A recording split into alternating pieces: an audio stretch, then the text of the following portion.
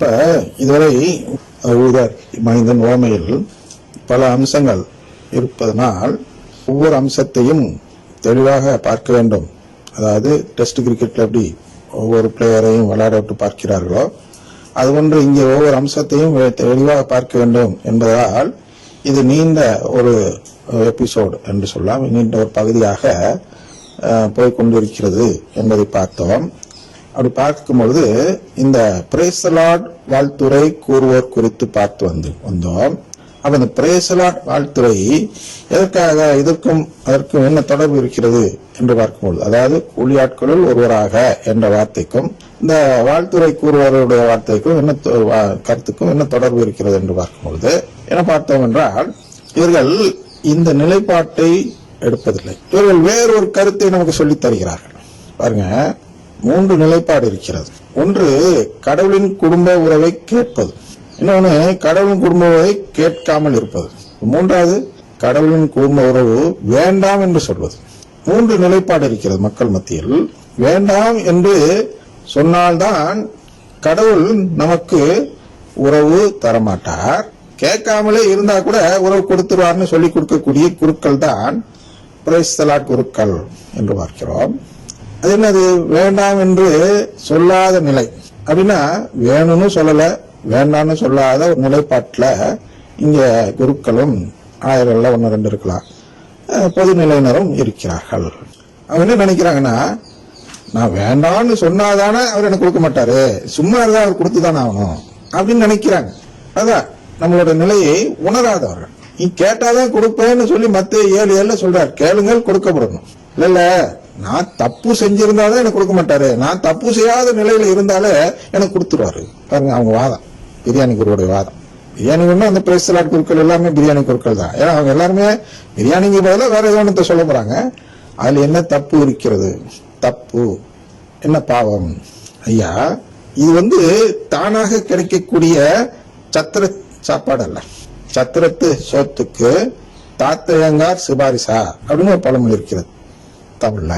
சத்திரச்சோறு தானா கிடைக்குது, இதுக்கு எதுக்குடா சிபாரிசு ஒருத்தர் சொல்லணும் அப்படிங்கிற மாதிரி இவர்கள் சத்திரத்து சோறு போன்று கடவுள் கொடுக்கக்கூடிய மீட்பை நினைத்துக் கொள்கிறவர்களாக இருக்கிறார்கள்.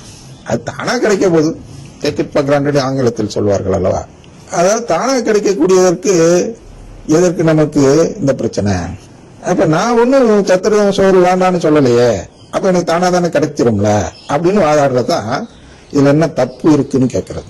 தப்பு பார்த்து உங்களை தீர்ப்பிடுபவர் இயேசு அல்ல, அது புரிஞ்சுக்கணும். நீ தப்பு செஞ்சுட்ட அதனால நரகத்துக்கு போ அப்படின்னு சொல்பவர் இயேசு அல்ல. நான் தண்டனை தீர்ப்பு கொடுக்க அல்ல அப்படின்னு சொல்றாருல்ல, உறவு கொடுக்க வந்தேன் என்று சொல்கிறார் அல்லவா. அது ஒன்று. இங்கே தப்பு பார்த்து அவர் தீர்ப்பிடுவதில்லை. தீர்ப்பு நாள் எங்க வருகிறது என்றால், கேட்டோமா இல்லையா அப்படிங்கறதுதான் தீர்ப்பு. கேட்டிருந்தால் எனக்கு கிடைக்கும். இதுல பார்க்கிறோம், சீராக்ல 15 14 17 தெளிவா சொல்றார், உனக்கு முன்னாடி நான் 2 வச்சிருக்கிறேன், நீ எதை கேட்கிறியோ அதான் தருவேன். அப்ப இவங்க என்ன சொல்லித்தராங்க இந்த குருக்கள்னா, இந்த அருங்குடை இயக்கத்தை சேர்ந்த பிரேஸ் தி லார்ட் குருக்கள், பிரியாணி குருக்கள், மலம் நரகல் குருக்கள் எல்லாம் பல விதமா அவங்களை சொல்லலாம். இவர்கள் என்ன சொல்லித்தராங்கன்னா, சும்மா இருந்தாலே கிடைக்கும் அப்படின்னு சொல்லித்தராங்க. அப்படின்னு என்ன, அதான் மனிதர் முன் வாழ்வும் சாவும் வைக்கப்பட்டது. இப்ப மனிதர் முன் அப்படிங்கிற வார்த்தையை பார்த்தோம் அல்லவா. வாழ்வும் சாவும் வைக்கப்பட்டுள்ளது, எதை அவர்கள் விரும்புகிறார்களோ அதுவே அவர்களுக்கு கொடுக்கப்படும் அப்படின்னு ஒரு வசனத்தை எடுத்துக்குவோம். சீராக்ல 15 17 வசனத்தை வைப்போம். அப்ப அதுல என்ன 14 வாசிட்டா அவங்களுக்கு கொஞ்சம் புரியணும். ஏன்னா விருப்புரிமையின்படி அப்படின்னு வரும். அவரே தொடக்கத்தில் மனிதரை உண்டாக்கினார், தங்கள் விருப்புரிமையின்படி செயல்பட அவர்களை விட்டு விட்டார் அப்படி வருது இல்லையா. அப்ப அடுத்து 16 அங்க எங்குமே வாசிக்கிறேன், கொஞ்சம் என்ன டைம் கட் பண்றது. உனக்கு முன் நீரையும் நெருப்பையும் அவர் வைத்துள்ளார், உன் கையை நீட்டி உனக்கு விருப்பமானதை எடுத்துக்கொள். பாருங்க, அதான் 3 நிலைப்பாடு.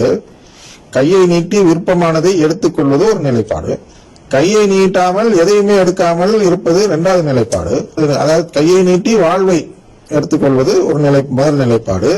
2யும் இல்ல எதையுமே எடுக்காமல் சும்மா கையை நீட்டாமல் இருப்பது 2வது நிலைப்பாடு. 3வது நிலைப்பாடு என்னன்னா, கையை நீட்டி சாவை எடுத்துக்கொள்வது. சரியா? இந்த 3 நிலைப்பாட்டில் இவர்கள் எதை நிலைப்பாடு சொல்றாங்கன்னா 2வது நிலைப்பாட்டை சொல்றாங்க. நான் வாழ்வே எடுக்க மாட்டேன், சாவை எடுக்க மாட்டேன், நான் நின்றுட்டு இருந்தாலே எனக்கு வாழ்வு கொடுத்துருவாரு. எது சாவை எடுக்கலனாலே வாழ்வு கிடைக்கும். அது சரியான துர்போதனை, ஹெரசின்னு சொல்லுவோம். நீ எதையுமே கேட்காம நின்று உனக்கு தானா கிடைக்கும் சத்திரத்து சொத்து அப்படின்னு சொல்லி கொடுக்குறாங்க. அதுதான் என்ன தப்பு செஞ்சேன். தப்புங்கிறது அப்கோர்ஸ் இங்க சாவை தேர்ந்தெடுத்தால் தப்பு. ஐயா நீ வாழ்வை தேர்ந்தெடுக்கலனாலே தப்பு, 2மே தேர்ந்தெடுக்கலனாலும் கொடுக்க மாட்டார்ல. தீர்ப்பை நீங்க அப்படி பார்க்கணும். இப்படி பார்க்கணும், தண்டனை என்று பார்க்க கூடாது. தண்டனை கொடுக்கவில்லை, தண்டனை கொடுப்பதாக இருந்தாதான் நான் என்ன தப்பு செஞ்சேன்னு கேட்கணும். நல்லா புரிஞ்சுங்க இந்த இடத்த. பாவத்தை பார்க்கவில்லை, அது மார்ட்டின் லூத்தர் சொல்லி கொடுத்த கருத்து எதுனா பாவத்தை பார்க்கிறாரு, தண்டனை கொடுக்கிறாரு.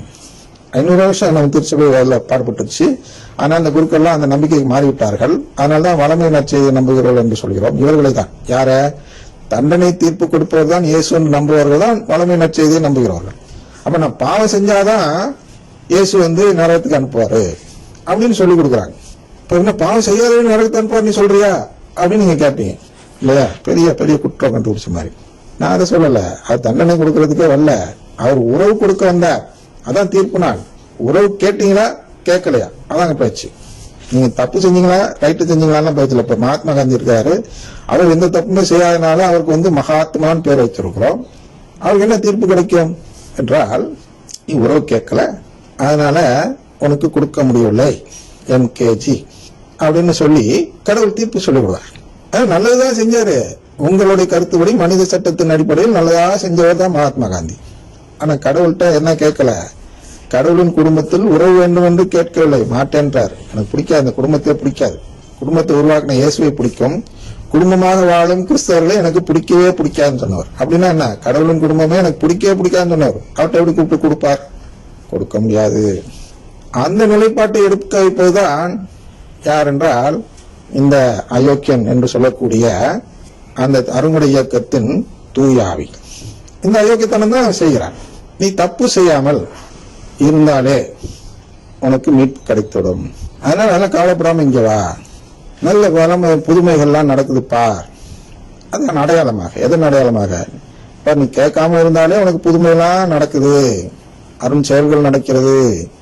ஆனால் நீ தப்பு செய்யாமல் இருந்தாலே உனக்கு மீட்பு கிடைத்துடும் என்ற துர்போதனையை சொல்லிக் கொடுப்பவன் தான் அந்த அருங்குடை இயக்கத்தின் தூயாவி.